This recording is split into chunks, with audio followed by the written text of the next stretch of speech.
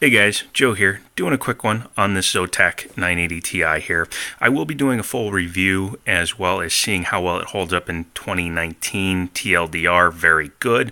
But I want to talk about it real quick because a couple of other content creators, people that are actually YouTubers, made videos where they are comparing things like the 980 Ti to the 1660 and the 2060 to see if it's worth about the same money. Because a 980 Ti, if you pay full price for a reference card, you're going to pay $230, $240 for one, and a 1660 Ti is about $250. So that's what the comparisons have been looking at.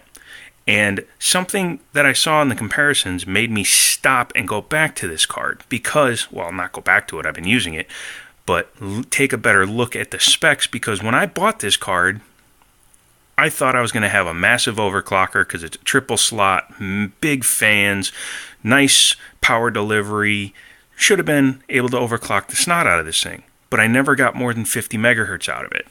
Never got more than 50 megahertz out of it. If I tried to get more than that, it would instantly crash.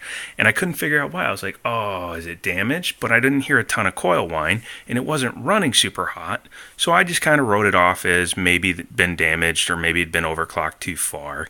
But then I started watching stuff like Hardware Unbox's review, and they used a reference card, but they listed the stock frequency for their 980 Ti. And apparently the NVIDIA runs at 1005 megahertz base clock and 1075 boost clock. And that didn't seem right because this thing is way faster than that. So I looked at a couple other things, and I looked at non-reference ones like the Asus and the EVGAs and stuff like that, and none of them were really going over 1200. So then I went and triple checked what I was getting out of this thing. And let me show you real quick. As you can see, it's completely whited out because it's on my big screen. Zotac GTX 980 Ti, 6 gigabytes of memory.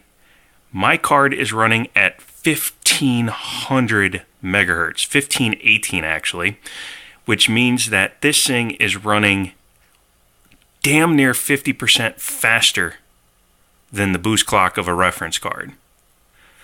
I heard that this card was fast, but that is ridiculous, and it did it repeatedly.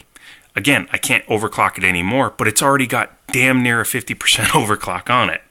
And let me show you one more thing. Obviously, the physics score is nothing to even write home about because this is a 4790K, so 12,491, that's fine. But look at that score, 20,753. Well, if we look at my other results,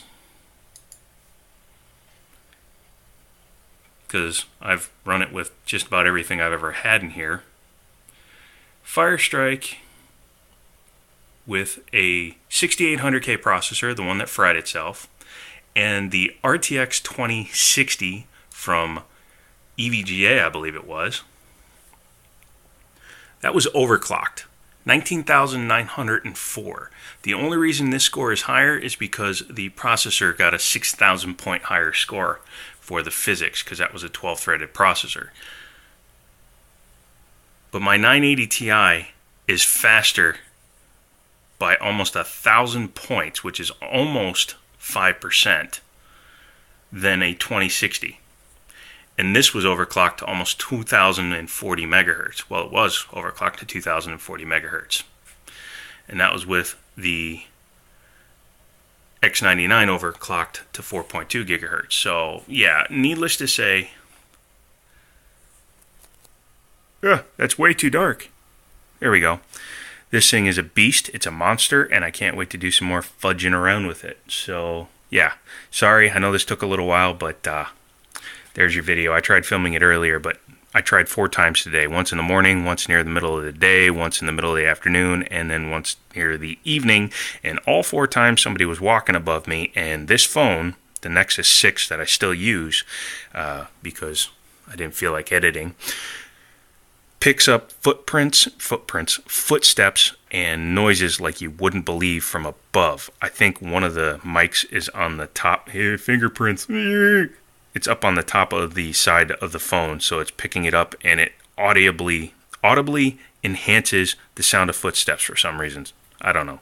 Anyways, if you like that, give me a thumbs up. I'm going to do a full review on that. I'm also working on seeing how well a Q6600 can stand up in 2019. However, I couldn't find the attachments for my air cooler because they were still on my X99 motherboard, which I still haven't sent in. So I still have to send that in. So yeah, I'll get to that. I promise. And as always, I'll talk to you later.